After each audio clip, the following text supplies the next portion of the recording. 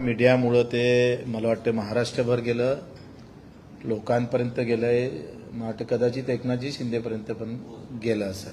हे तुमची कृपा आहे. कधी कधी एखादी म्हणजे बाबा उद्या जर विधान परिषद भेटली तर ते मीडियाची कृपा आहे असं म्हणावं लागेल, काही हरकत नाही. म्हणून तुमचं मी आभार मानतो. दुसरे आभार मानतोय मी एकनाथजी शिंदे साहेबांचे. खरं तर जेव्हा त्यांनी सत्तांतर केलं तेव्हा मी एक राजकीय भूमिका घेतली आणि त्याच्यामुळे मी बदनाम पण खूप झालो होतो.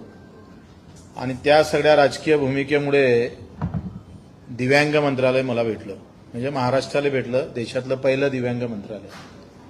कदाचित मला मंत्रिपद घेता आलं असतं, पण मी ते टाळलं. दिव्यांग मंत्रालय भेटलं, आपल्याला सर्व काही भेटलं असं समजून आम्ही पुन्हा कामाला लागलो. आणि मग नंतर आंदोलन झालं. कर्जमाफीच्या मुख्यमंत्र्याच्या देवाभाऊच्या बैठकीमध्ये एकनाथ शिंदे साहेबांची भूमिका अतिशय महत्वाची आणि चांगली राहिली. विशेष भूमिकेमुळे आज कर्जमाफी घोषणा झाली. आणि त्या याच्यातूनच मला असं वाटतं का घोषणेतूनच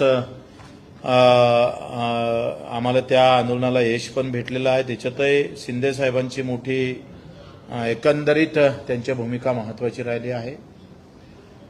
एक शब्दाचा पक्का माणूस म्हणून शिंदे साहेबाकडे पाहिलं जातं. मला वाटत नव्हतं दिव्यांग मंत्रालय निर्माण करून म्हणून, कारण त्याच्यापूर्वी आम्ही 10 ते 15 आंदोलन केले होते.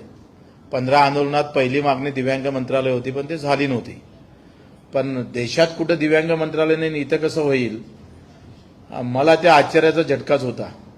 आणि माझं मंत्रिपद गेलं, म्हणजे मी उद्धव साहेबाकडे मंत्री होतोय आणि शिंदे साहेबाकडे मी आमदार राहिलो आणि त्याच्याकडे राहिलो म्हणून मग अधिक पुन्हा आम्ही विधानसभेत पडलो. पण माझ्याकडे येणारा मतदार मुस्लिम, बौद्ध बांधव किंवा दलित बांधव असं होता. बच्चू कडू बीजेपी सोबत गेला म्हणून त्याचाही झटका बसला.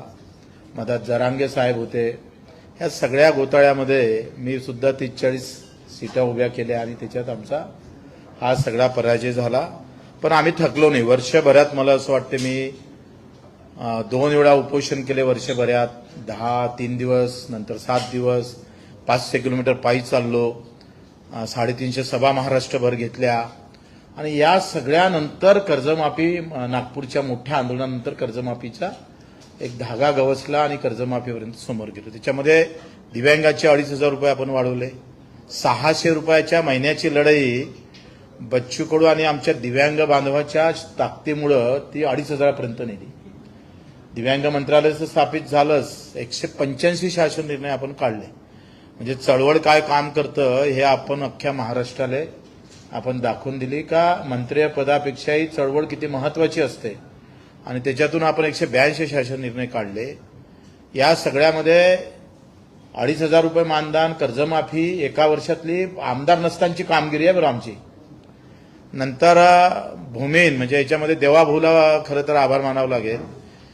त्यांनी भूमीहीन लोकांसाठी आमची मागणी होती का अपघात विमा लागू करा. जसं शेतकऱ्याला अपघात विमा आहे तसा शेतमजुरांना पण तो लागू झाला पाहिजे. त्याचाही शासन निर्णय निघाला. आणि घरकुलासाठी पुन्हा शिंदे साहेबांनी मदत केली आणि 50,000 रुपये ग्रामीण भागातल्या घरकुलांसाठी सुद्धा वाढीव आले. ग्रामपंचायत कर्मचाऱ्यांना विनाअट पगार देणं भेटणं सुरू झाले, जे शेवटच्या घटकातले आहे. एकंदरीत या सगळ्या लढाईमध्ये आम्ही एका वर्षात काय काय घेतलं तर एकूण 40 ते 45,000 कोटीचं बजेट मी सांगतोय आमच्या आंदोलनामुळं सरकारले शेतकरी मजुरासाठी वळवावं लागलं. हे आमच्यासाठी मोठं यश आहे.